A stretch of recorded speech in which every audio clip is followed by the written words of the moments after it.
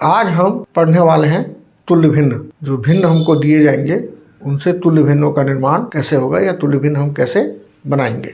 हम तुल्य भिन्नों को एक बार समझने की कोशिश करते हैं। ये मैंने यहाँ पर कुछ चित्र बना के रखे हैं थोड़े से अलग तरीके से। यहाँ दो भाग में है, यहाँ इस तरीके से दो भाग बटे हैं और ये तीन तीन भाग में बटे हुए हैं। अगर आप देखेंगे तो सब एक जैसे दिखते हैं। ये 1/2 ये भी वैसे मूल रूप में देखेंगे तो सब 1/2 है। ये भी वैसे ही 1/2 है और ये वाले जो है वो 1/3 और 1/3 है। अब अगर इनको समान रूप में देखा जाए तो ये सब एक ही समान हिस्से हैं, जिसको हम लोग देखने के लिए हो सकता है थोड़े बहुत मेरे बनाने में कुछ अंतर हो, लेकिन फिर भी समान के रूप में हम इसको देख सकते हैं। तो ये 1/2 है, ये भी 1/2, ये भी 1/2। हम यदि इस दूसरे वाले को सिर्फ ऐसा करके 2 कर देते हैं तो हमने कुछ भी अलग नहीं किया, सिर्फ टुकड़ों में बांट दिया, अब उसको और एक टुकड़े बना दिए। तो हम देखते हैं ये हिस्सा हमको जो मिल रहा है वो 2/4 के रूप में आपको नज़र में आ रहा है। यही यदि इसको देखते हैं इस तरीके से हम 3 हिस्सों में बांट देते हैं तो हमको नज़र में आता है ये कुल 6 हिस्से हो गए, जिसमें से 3 हिस्से जो है वो रेखांकित है।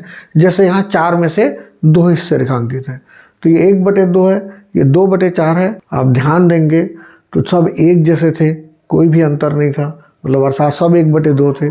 उस 1/2 को ही हमने 4 हिस्सों में जब बांटा तो हमको जो रेखांकित वाला हिस्सा मिला वो 2/4 के रूप में मिला। वही 1/2 था जैसा मैंने पहले लिखा था। जब हमने उसे रेखांकित वाले हिस्सों के रूप में हमने उन्हें 3 भागों में और बांटने की कोशिश करी उसको, तो वो 6 रूप में बढ़ गया, 6 भागों में बढ़ गया और 3 हिस्से आपको रेखांकित के रूप में नज़र आने लग गए, अर्थात 3/6। तो हम देखते हैं कि 1/2, 2/4 और 3/6 ये वास्तव में तीनों ही तुल्य भिन्नों के उदाहरण हैं और तीनों ही एक दूसरे के तुल्य भिन्न हैं। एक दूसरे के तुल्य भिन्न बोलने का मतलब है कि 3/6 का तुल्य भिन्न भी 1/2 है, जो निश्चित ही सबसे सरलतम रूप में आपको नज़र में आ रहा है। इस 3/6 का तुल्य भिन्न 2/4 है और 2/4 का तुल्य भिन्न 3/6 है। 2/4 का तुल्य भिन्न 1/2 है और 1/2 के दोनों तुल्य भिन्न है 2/4, 3/6।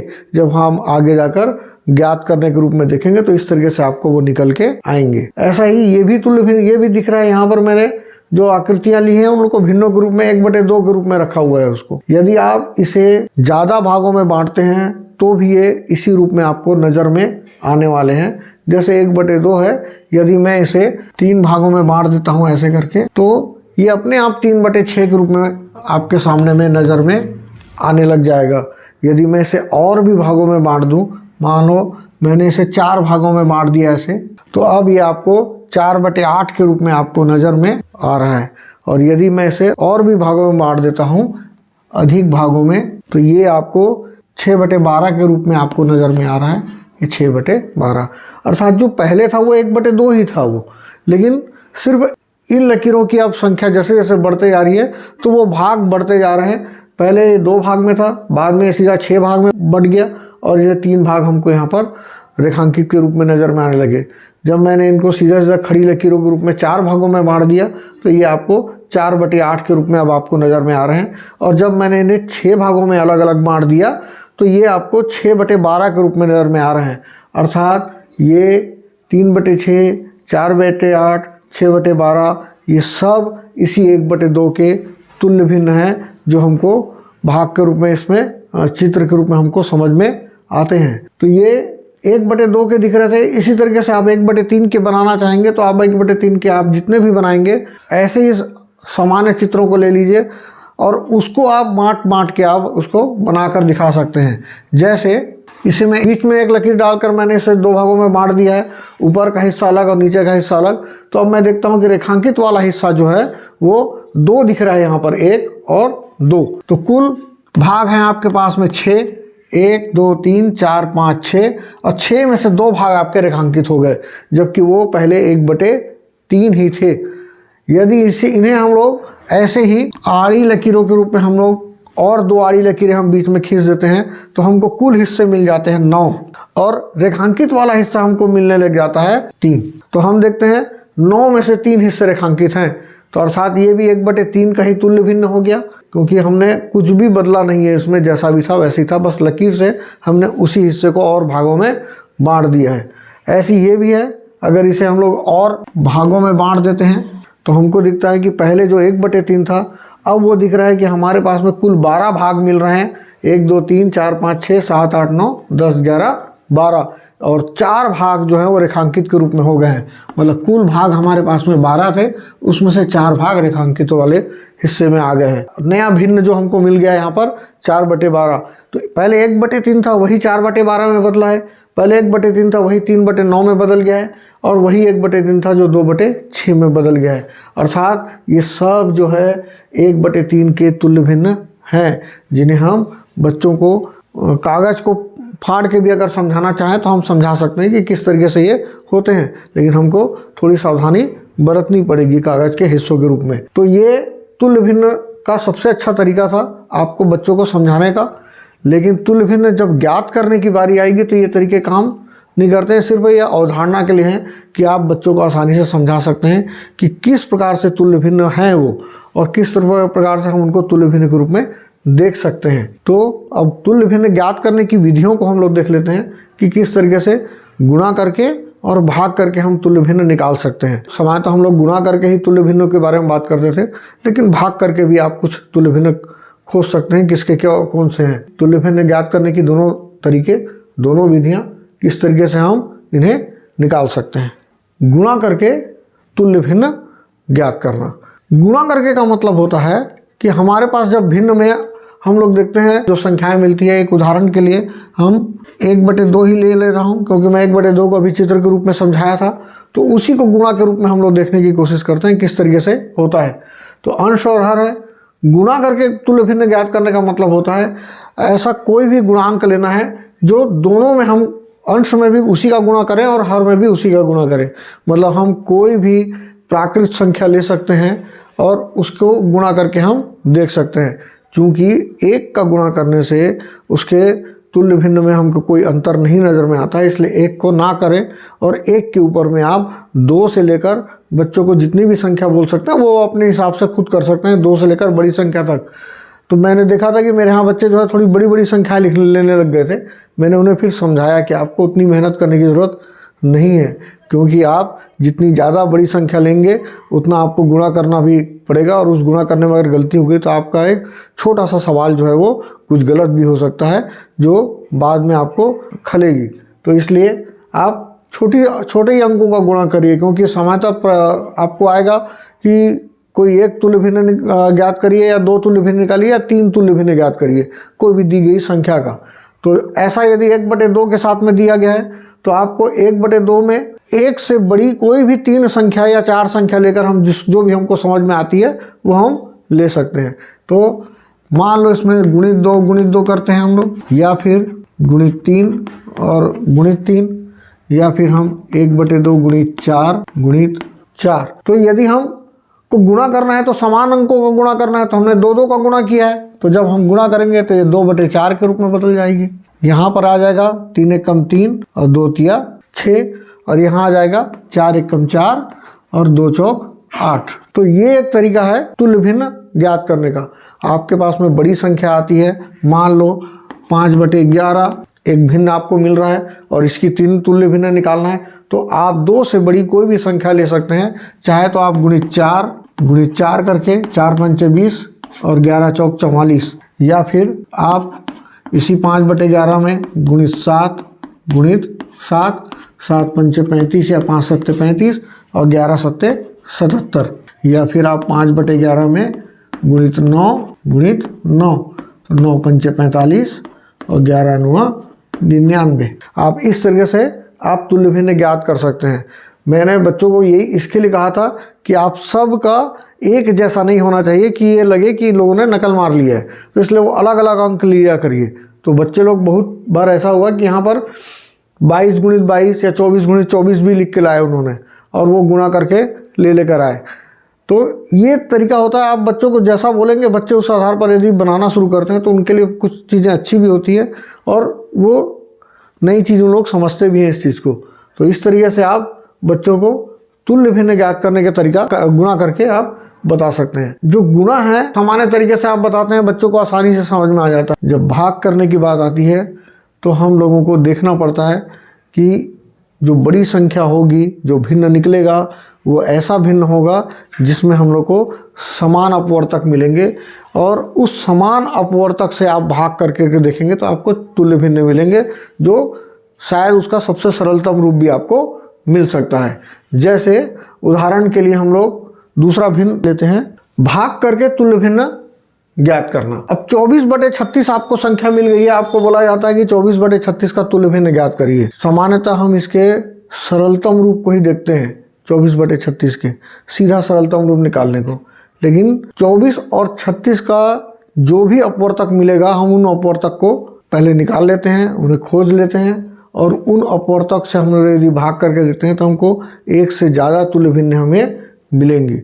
जैसे 24 और 36 का अपवर्तक निकालना होगा तो अगर आप लोग इसका पिछला अध्याय देखे होंगे तो उसमें महत्तम समवर्तक निकालने के लिए आप लोगों ने बच्चों को सिखाया होगा। तो 24 के अपवर्तक मतलब है कि 24 के गुणनखंड। हम ये भी बोल सकते हैं कि 24 जो है वो किसके किसके पहाड़े में आता है और कितने बार आता है। तो यदि 24 के अपवर्तक हमको निकालना है तो हम यही एक तरीका होता है कि आप देखते जाइए कि 24 किसके किसके पहाड़े में आता है। तो अगर शुरुआत करते हैं तो कभी भी कोई भी संख्या के अपवर्तक का पहला जो संख्या रहता है वो 1 रहता है और दूसरा उसका खुद की संख्या भी रहती है। तो हम ये बोल सकते हैं पहली तो 1 हो गई, दूसरी चूंकि इकाई में 4 है तो ये सम संख्या है तो 2 के पहाड़े में भी आ जाएगा। ये 2 के पहाड़े मतलब 2 से पूरा भाग चला जाएगा। फिर हम देखते हैं ये 3 के भी पहाड़े में आता है, 3 अट्ठे 24। फिर हम देखते हैं ये 4 के भी पहाड़े में आ जाता है, 4 छक्के 24। 5 के पहाड़े में चूंकि 24 नहीं आता है इसलिए 5 को छोड़ देंगे। 6 के पहाड़े में आता है इसलिए हम लोग 6 को लिख लेते हैं, 6 चौक 24। फिर 7 के पहाड़े में नहीं आएगा। 8 के पहाड़े में आता है, 8 तिया 24। फिर 9 में नहीं आएगा, 10 में नहीं आता है, 11 में नहीं आता है, 12 दूनी 24। फिर उसके बाद है 13, चूँकि दूनी तक आ गया है तो अब इसके बाद में कुछ और बचता नहीं है, सीधा 24 से कम 24 ही हो सकता है। तो 12 के बाद में सिर्फ 24 ऐसा होता है जिसके पहाड़े में वो आता है। तो कभी भी कोई भी 2 संख्या का रहेगा तो वो उसका 1 और वो खुद संख्या अपने अपवर्तक में गिनने में आती है। इसके बाद 2 से अगर आप 24 को भाग देते हैं तो 2 भी आएगा और 12 भी मिल जाएगा आपको भागफल के रूप में। 3 के पहाड़े में चूंकि 3 अट्ठे 24 होता है तो 3 और 8 दोनों को लिख लीजिए। 4 के पहाड़े में 4 छक्के 24 होता है तो 4 और 6 दोनों को लिख लीजिए। तो इस तरीके से आप बच्चों को आसानी से निकालना बता सकते हैं। ऐसा ही 36 के अपवर्तक भी देखेंगे तो हम इसी तरीके से लिखने की कोशिश करते हैं जैसा अभी बताया था। तो 1 और 36 तो आपस में रहेंगे ही रहेंगे, इनको तो कोई रोक नहीं सकता है, क्योंकि 1 के पहाड़े में भी 36 आएगा और 36 के पहाड़े में भी 36 आएगा ही आएगा। फिर उसके बाद चूँकि 36 यदि हम इसे भाग देते हैं तो हमें 18 भी मिलता है, हम इसे 18 भी लिख सकते हैं। फिर 3 के पहाड़े में भी 3 एकम 3, 3 दूनी 6, तो 3 के पहाड़े में भी आ जाता है, भले ही वो 12 बार में आएगा तो 12, चूँकि 3 12 36 होता है या 12 तिया 36 होता है तो हम 12 को भी लिख सकते हैं और 3 को भी लिख सकते हैं। उसके बाद 4 है, 4 9 36 होता है तो 4 भी लिख सकते हैं और 9 भी लिख सकते हैं। 5 के पहाड़े में आता नहीं है, 5 छक्के 30, 5 सत्ते 35, 5 अट्ठे 40। फिर 6 के पहाड़े में आता है तो 6 छक्के 36 होता है, मतलब 6 का 6 बार 6 से गुणा, तो हम 1 बार 6 को लिखेंगे, 2 बार हमको लिखने की ज़रूरत नहीं है।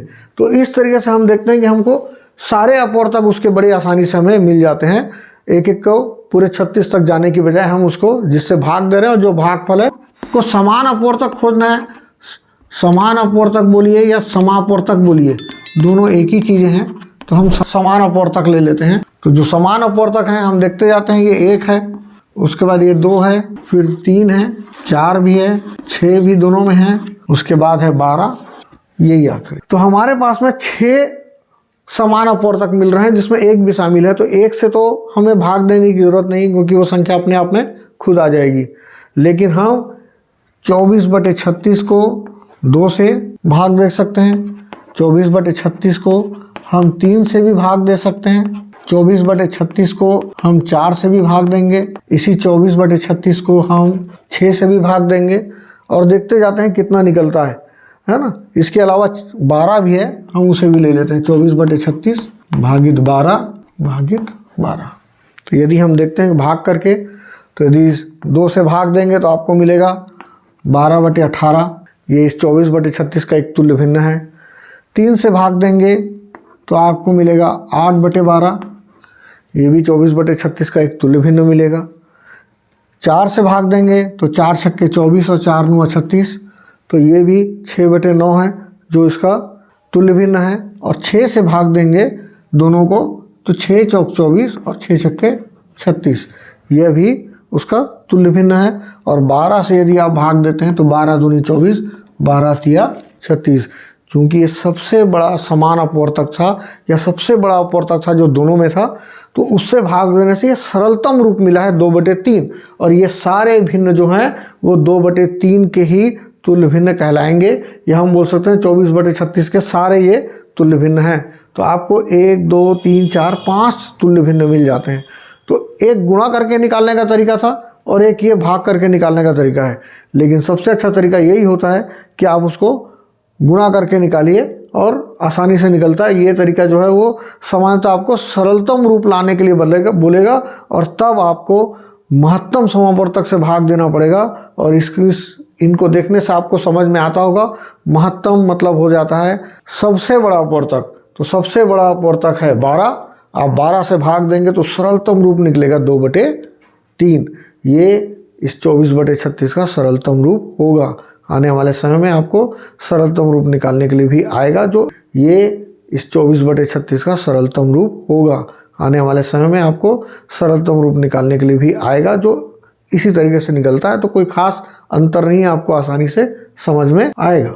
अगले वीडियो पर हम भिन्नों पर, संक्रियाओं पर समझ बनाएंगे। हमारी चारों संक्रियाएं जोड़, घटाना, गुणा, भाग भिन्नों पर किस प्रकार की जा सकती है उसे देखेंगे। यदि आपने अभी तक मेरे चैनल को सब्सक्राइब नहीं किया है तो जरूर सब्सक्राइब करिए, लाइक करिए एवं जो भी आपको समझ में आता है उसके अनुसार आप कमेंट करिए। धन्यवाद।